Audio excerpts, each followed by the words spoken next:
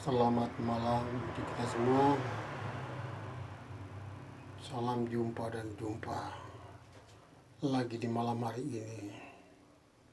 Semoga kita sehat-sehat saja.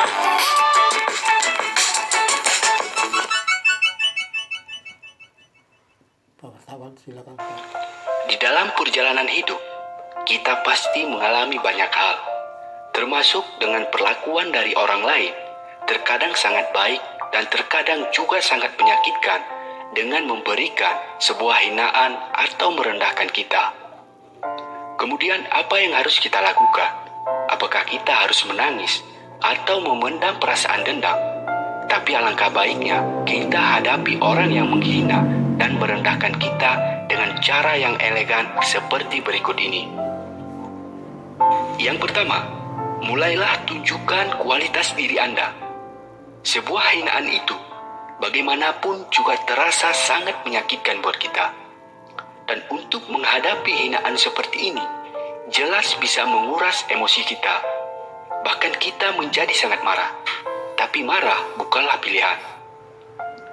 Tapi jadikan sebuah hinaan itu sebagai motivasi untuk memicu diri Anda untuk bisa berkembang dan maju. Dan tunjukkan kepada dia bahwa Anda juga memiliki prestasi dan tidak seperti yang sudah dia katakan. Yang kedua, cuek dan jangan pedulikan omongannya. Cara lain untuk menghadapi orang yang suka menghina kita adalah dengan cuek dan bersikap masa bodoh. Lama-kelamaan, dia pasti juga akan merasa capek karena tidak mendapatkan respon apa-apa dari kita.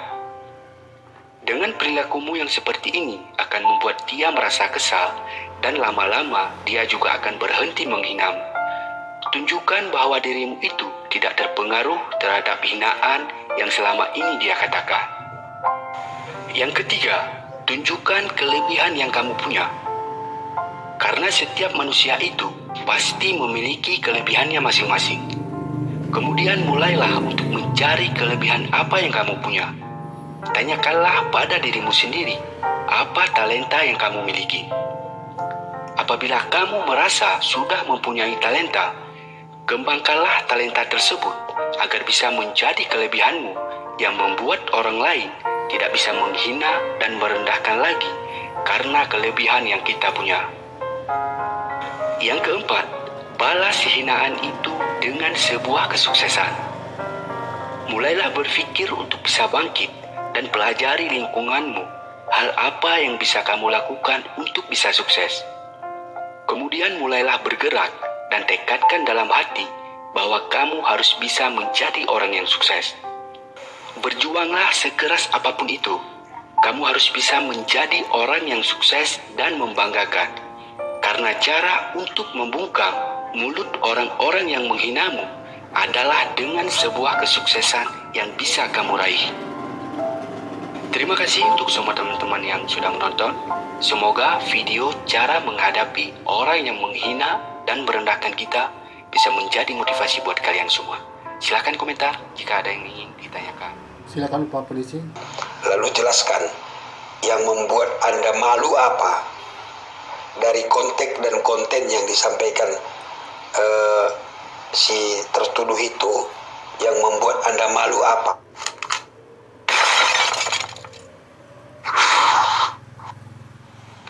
Assalamualaikum warahmatullahi wabarakatuh. Teman-teman, akhir-akhir ini banyak sekali berita-berita yang menyangkut atau yang dikait-kaitkan dengan pencemaran nama baik. Nah, akhirnya banyak yang bertanya, Bang, bagaimana cara melaporkan pencemaran nama baik, katanya. Nah, inilah yang akan kita bahas, teman-teman. Sebelum kita bahas, kita harus urut dulu ya. Kita urut dulu. Yang pertama, kita harus tahu itu apa itu pencemaran nama baik, ya kan? Nah, pencemaran nama baik diatur di pasal 310 KUHP. Di ayat 1 bunyinya begini. Barang siapa sengaja menyerang kehormatan atau nama baik seseorang dengan menuduhkan sesuatu hal yang maksudnya terang supaya hal itu diketahui umum, diancam karena pencemaran dengan pidana penjara paling lama 9 bulan atau pidana denda paling banyak Rp4.500. Jadi menyerang kehormatan dan nama baik seseorang, biasanya yang diserang ini biasanya merasa menjadi malu, rekan-rekan. Artinya tuduhan yang dilontarkan itu membuat seseorang ini menjadi malu. Untuk menilai apakah pencemaran nama baik ini, yang membuat orang ini malu ini adalah dirinya sendiri, ya kan rekan. Dia yang bisa merasakannya, bahwa tuduhan itu adalah membuat dia malu ini, ya dia sendiri, nggak bisa orang lain. Nggak bisa orang lain menilai apakah itu memalukan dia, membuat dia malu atau tidak. Itu adalah dirinya sendiri. Makanya pasal ini adalah termasuk delik aduan, ya kan. Jadi yang boleh mengadu adalah dia sendiri, tidak boleh orang lain yang mengadu. Korban yang boleh mengadu karena dia yang merasakan malu, dia yang bisa menjelaskan rasa malunya seperti apa. Dan ingat, yang dituduhkan ini tidak perlu perbuatan pidana, rekan-rekan. Misalnya dituduh mencuri atau dituduh berzina, tidak perlu seperti itu. Cukup dengan tuduhan biasa saja. Tapi kalau itu membuat dia malu, masuklah pasal ini, rekan-rekan. Jadi kita pertegas lagi bahwa yang dimaksud di dalam pasal 310 ini adalah menyerang kehormatan atau nama baik seorang, atau disebut juga penghinaan, ya, dilakukan dengan cara menuduh seseorang telah melakukan perbuatan tertentu, ya, sehingga orang yang dituduh ini menjadi malu. Itu yang pertama. Kemudian tuduhan ini sengaja disampaikan sehingga orang lain menjadi tahu, ya, disebarkan dia. Jadi memang lihat dia menuduhkan itu supaya orang lain tahu, ya. Itu dia kuncinya, supaya diketahui orang banyak.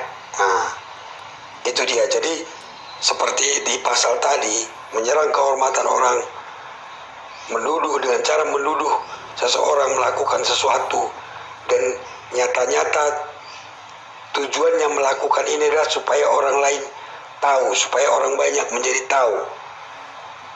Begitu, rekan-rekan. Itulah yang dimaksud dengan penghinaan atau pencemaran nama baik, atau bisa juga disebut menyerang kehormatan dan martabat seseorang, ya. Nah, sekarang kita bahas bagaimana kalau dilakukan di medsos melalui media elektronik. Di pasal 27 ayat 3 Undang-Undang ITE bunyinya sebagai berikut.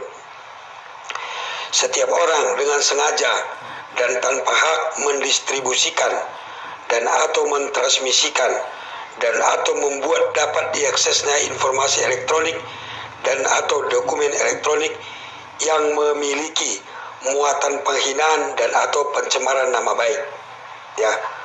Nah, kita ingat, penghinaan atau pencemaran nama baik konteksnya adalah di pasal 310 tadi, di pasal 310 KUHP tadi. Itulah yang dimaksud. Namun dilakukan dengan cara tanpa hak, dengan sengaja, ya kan, mendistribusikan, mentransmisikan, membuat dapat diaksesnya informasi elektronik dan atau dokumen elektronik. Maksudnya kalau kita lakukan melalui media elektronik atau medsos, ya kan, dengan muatan penghinaan atau pencemaran nama baik seperti pasal 310 tadi, maka kenalah dia pasal 27 ayat 3 Undang-Undang ITE ini, rekan-rekan. Nah, kemudian di pasal 45 ayat 3 Undang-Undang ITE berbunyi, setiap orang yang dengan sengaja dan tanpa hak mendistribusikan dan atau mentransmisikan dan atau membuat dapat diaksesnya informasi elektronik dan atau dokumen elektronik yang memiliki muatan penghinaan dan atau pencemaran nama baik sebagaimana dimaksud dalam pasal 27 ayat 3 dipidana dengan pidana penjara paling lama 4 tahun dan atau denda paling banyak Rp750 juta. Nah, kalau kita melakukan pencemaran nama baik atau penghinaan melalui medsos tadi, melalui media elektronik, sebagaimana dimaksud dalam pasal 27 ayat 3, pidananya adalah 4 tahun penjara atau denda 750 juta rupiah, rekan-rekan. Ya, jadi jelas ya bahwa penghinaan dan pencemaran nama baik ini diatur di 2 undang-undang, yang satu di KUHP, ya kan, dan satu di Undang-Undang ITE. Konteksnya sama, penghinaan atau pencemaran nama baik atau menyerang kehormatan atau martabat seseorang, ya rekan-rekan. Nah, sekarang pertanyaannya, bagaimana kita cara melaporkannya, Bang? Nah, kalau berkaitan dengan pasal 310, yang perlu kita siapkan sebelum melapor adalah saksi yang mendengar atau mengetahui ya berita tuduhan yang dilaporkan itu, tuduhan yang dilakukan itu, tuduhan yang membuat kita malu itu, saksinya siapa? Catat dia. Apa yang disampaikannya ke orang banyak itu, kumpulkan saksi-saksinya, rekan-rekan. Ya, lalu barulah kita melapor ke polisi bahwa kita sudah dicemarkan nama baik kita sebagaimana di pasal 310 tadi. Lalu jelaskan yang membuat Anda malu apa dari konteks dan konten yang disampaikan si tertuduh itu, yang membuat Anda malu apa. Itu dia, saksinya ada, terus yang membuat Anda malu itu apa, sampaikan ke penyidik. Itu dia. Nah, yang kedua, kalau melalui media elektronik penghinaannya, buktikan, kumpulkan buktinya dulu, screenshot, rekaman melalui medsos itu. Dan ingat, screenshot atau rekaman yang Anda ambil ini jangan ditambah-tambahi, jangan dikurang-kurangi, apa adanya. Itu dia. Yang kedua, kumpulkan saksi yang melihat, yang menonton media sosial yang Anda di sana dituduh sesuatu itu, ya, kumpulkan saksi-saksi yang pernah melihat, menontonnya. Jadi Anda sendiri melakukan screenshot atau merekam, ya kan, bukti-bukti itu, dan ada juga saksi yang melihatnya juga dan menontonnya juga gitu. Nah, lalu yang ketiga, apa yang membuat Anda malu dengan konten itu, tuduhan itu? Ada 3 jadinya kan. Barulah Anda ke kantor polisi melaporkannya, rekan-rekan. Jadi nggak terlalu sulit sebenarnya, ya kan. Kumpulkan bukti, baik screenshot atau tulisan-tulisan atau rekaman, lalu kumpulkan juga saksi yang ada melihat, membaca konten itu. Lalu yang membuat Anda malu dari konten itu apa? Nah, barulah Anda datang ke kantor polisi. Jelas ya, rekan-rekan? Nah, tapi ingat, pasal 310 KUHP dan pasal 27 ayat 3 Undang-Undang ITE ini adalah delik aduan. Ingat, delik aduan. Yang mengadu hanyalah korban, tidak boleh orang lain mewakili, ya kan? Jadi yang mengadukannya adalah korban. Bisa melalui kuasanya bisa, tapi tetap dia akan sebagai pelapornya dia. Tidak boleh orang lain yang melaporkan, harus dia. Jadi rekan-rekan, jadi kalau kita dengar di medsos ada cerita tentang pencemaran nama baik atau penghinaan ini, ada orang lain yang hendak melapor, tidak bisa, harus korbannya yang melapor, rekan-rekan. Jelas ya? Mudah-mudahan cerita singkat kita ini menambah manfaat, dan kalau kita mengalami hal seperti ini, kita sudah tahu tindakan hukum seperti apa. Begitu juga teman-teman yang lain, ketika hendak mengucapkan kata-kata atau menuduhkan sesuatu kepada orang, ya kan, baik secara langsung maupun melalui media elektronik, agar berhati-hati, ya kan, karena ada undang-undang yang mengatur tentang hal ini, ada undang-undang yang menjaga martabat dan kehormatan masyarakat. tetap tonton channel Bang Beni supaya kita terhindar dari kesewenang-wenangan. Assalamualaikum. Terima kasih, Pak. Baik. Itu bukan apa namanya, kita sekarang ini, saya tambahkan sedikit, Pak. Itu kita hidup di dunia sekarang ini hanya dunia kembangan kalau waktu mati habis, ibarat bunga ya, ibarat bunga. Kalau waktu pagi hari itu ya memang kita lihatnya oke, kita semangat, tapi kalau suka matahari kadang-kadang juga layu. Jadi kita macam menghina orang pun percuma, tak ada guna. Kita dapat apa? Kita ini hidup tunggu mati, bukan sampai selamanya, tidak ada. Maka kita itu pakai pola pikiran kita itu harus yang cantik sedikit. Setelah itu kita bukan zaman Siti Nurbaya sekarang ini, kita beli kartu kita untuk pakai hari-hari ini kan. Dulu tidak ada, sekarang baru semua oke, semua tuh anak kecil pun bisa pegang HP. Beli kartu pasti dia harus minta surat keluarga, KTP lengkap dulu. Makanya kita berbuat apa-apa itu kita harus jaga betul-betul, jangan sampai kedapatan. Kalau orang itu sabar tidak apa-apa. Seandainya kalau orang itu dia pergi lapor di polisi, dilacak tahu, otomatis KTP kau punya keluar juga. Kartu keluarga pun keluar, jadi tetap tahu punya. Jadi kita tidak bisa elakkan. Makanya kita jaga betul-betul. Jaga supaya jangan sampai ada masalah yang tidak diingini. Kita menyesal terlambat. Ada yang sabar, ada juga tidak sabar. Saya hanya buang jauh saja. Saya tidak mau bicara tentang diri saya, bukan. Untuk kita semua bisa tahu. Karena di YouTube ini otomatis semua dunia nonton. Ya. Makanya saya bicara ini. Contoh saja. Bapak Kepala Negara kita dihina.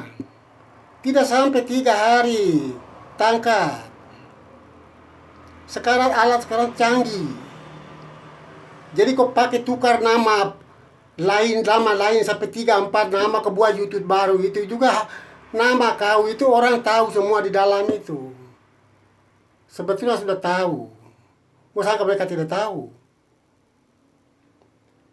Pemerintah ini bukan bodoh, paling pintar sekarang. Kita manusia, kita masyarakat biasa juga sudah banyak pintar. Dia lacak tahu kita punya muka itu, KTP keluar itu. Jadi penghinaan itu pikir betul-betul dulu. Jangan sampai menyesal terlambat ya. Ini saya sampaikan bahwa mudah-mudahan jangan sampai ada hal-hal yang tidak diingini. Nah, ini saya bilang bukan untuk pribadi saya benci orang, tidak ada. Kalau untuk saya biar orang gila, saya juga saya sudah sadar sudah. Saya tidak mau sibuk, tidak merespon lagi. Ya tunggu saya mimpi saja. Mimpi kalau baik ya syukur banyak lah, itu kau selamat. Kalau mimpi tidak bagus berarti jangan marah ya. Itu saja yang saya sampaikan lah. Jadi pikirnya kita marah orang atau hina orang yang tidak ada bersalah itu hati-hati ya. Hati-hati, jangan sampai masalah tidak diinginkan, tidak enak. Kita saling tahu. Bukan kita tidak tahu. Senang-senang sudah dapat tuh, tapi mau buat bagaimana? Kalau saya senang, tidak masalah. Kalau saya pikir pendek, berarti jangan marah ya. Itu saja yang saya sampaikan sama kamu. Yang penting, apa yang saya idamkan seperti mutiara dalam laut, lanjutkan sampai terus. Sampai saya tidak bisa tahu apa lagi ya, sudahlah. Tapi kalau saya masih mampu untuk cipta lagu, nyanyi, walaupun apa tantangan saya hadapi semua itu. Itu saja. Tapi hati-hati. Jangan sampai menyesal terlambat ya. Saya peringatkan itu saja. Kau pintar sampai bagaimana tetap mesti dapat punya, tetap dapat. Tidak bisa tidak dapat. Sudah tahu bukti tuh, seperti apa yang saya katakan tadi itu. Kita daftar KTP apa ini, kartu ini ada KTP dulu. Ada sekarang cair tinggal begini. Tidak lama kau keluar muka sana itu, Kau buka saudara itu, dari situlah, di situ. Penghinaan-penghinaan Anda saya sudah rekam semua sudah ada bukti, saya sudah fotokopi semua lengkap di sini di dalam buku saya ini. Tersimpan semua. Jadi, boleh buat silakan jalan terus. Saya tidak merespon dengan Anda lagi. Cuma itu saya yang saya sampaikan. Mudah-mudahan supaya jauh dari halangan atau rintangan apa semua untuk kita semua. Dan saya bersyukur banyak, terima kasih karena kamu sudah menghina saya. Selamat malam, sampai jumpa.